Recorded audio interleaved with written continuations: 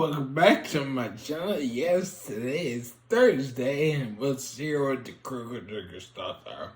But let's start with greetings. Come on, hello. My name is Daniel. I'll be your host, your guy in the chair. He said it! He said it! And today we're going to be hearing the Crooked Trigger stuff on Lady Ballers by the Daily Wire. So, I give you enjoy.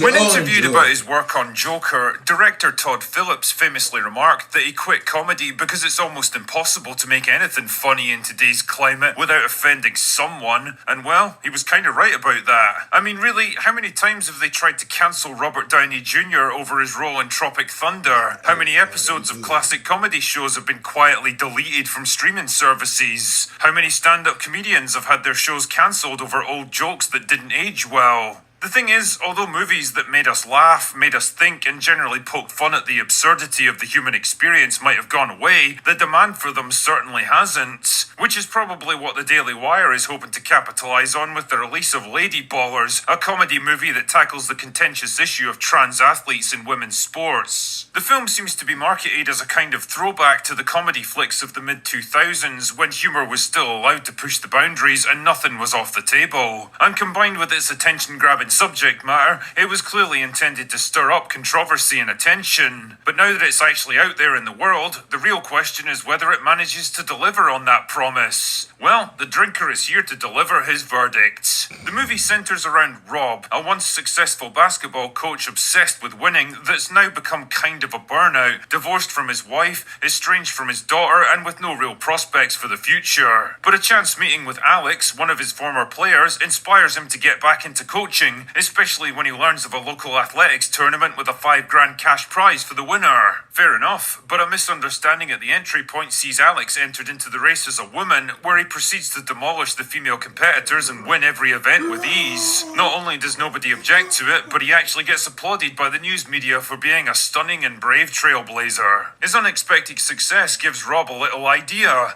What if we did more stuff like this? Well, pretty soon he's reassembled his old basketball squad, now a bunch of middle-aged losers, and entered them into a national women's tournament as female athletes. Soon the victories, news coverage, and sponsorship deals are rolling in, but the more they progress, the more the players and their coach begin to question the ethics of what they're doing.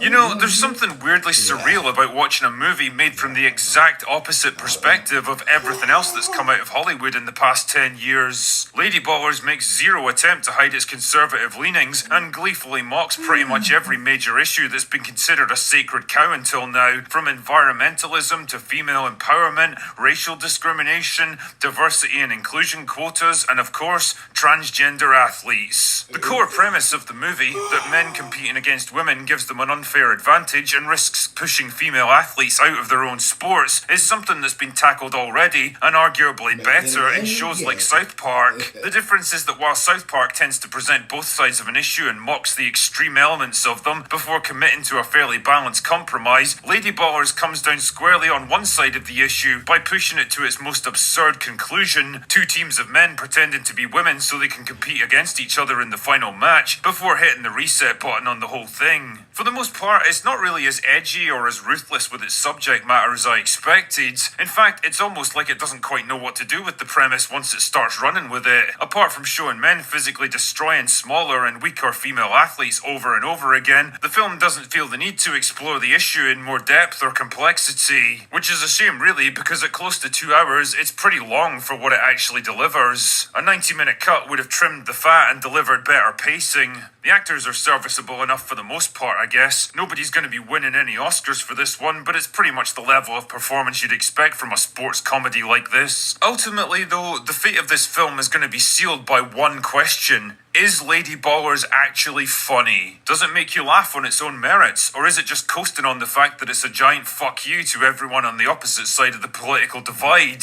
I mean, if you're a Daily Wire subscriber, then I guess it's pretty much tailor-made for you. But what about the average Joe? The guy with no real political leanings, who's tired of the endless culture war and just wants a funny, irreverent comedy that'll make him laugh? Well, I'd be lying if I said the movie didn't get a few chuckles out of me at least, but it was mostly at the goofy physical comedy, the offhand visual gags and the quippy one-liners, rather than the heavy-handed social commentary. I mean, mocking the most extreme excesses of modern PC culture should be an easy slam dunk, but Lady Ballers makes it seem harder than it needs to by labouring its points a bit too much, trying to drive home its jokes with explanations that aren't needed, and lingering a little too long on things the audience should have picked up already. There's also a bunch of random stuff just kind of thrown in there that probably seemed good on paper but doesn't really come together on screen, like one character being obsessed with taking revenge on the team mascot, or a recurring gag about a guy trying to buy time alone with members of the team. None of these goofy little side gags really go anywhere, and really they just feel like the writers threw them in to pad out the runtime. Ultimately, while Lady Ballers is certainly not the worst comedy I've seen in recent years, it's not on par with the mid-2000s classics like Dodgeball, Anchorman or Tropic Thunder that it seems to want to emulate. This movie is very much a rough gem, the imperfect first attempt of a company that's still finding its feet as a movie studio, trying to take on multiple different genres all at the same time, and probably finding out that it's a lot harder than it seems. And it's kind of a missed opportunity when I think about it. Like, if your aim is to crack the Hollywood echo chamber and capture that all-important middle ground of general audience appeal, you're unlikely to do it by creating one of your own.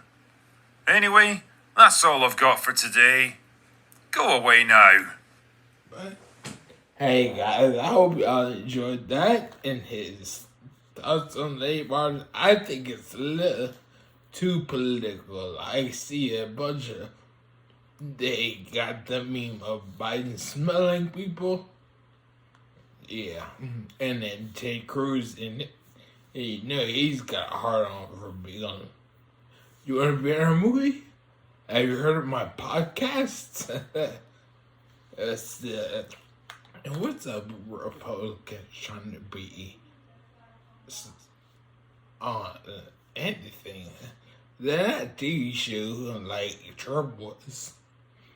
But still, hope you, if you liked it, give me a like it, comment down below, and then subscribe and hit the notification bell to be notified every time I post a new video. And bye guys.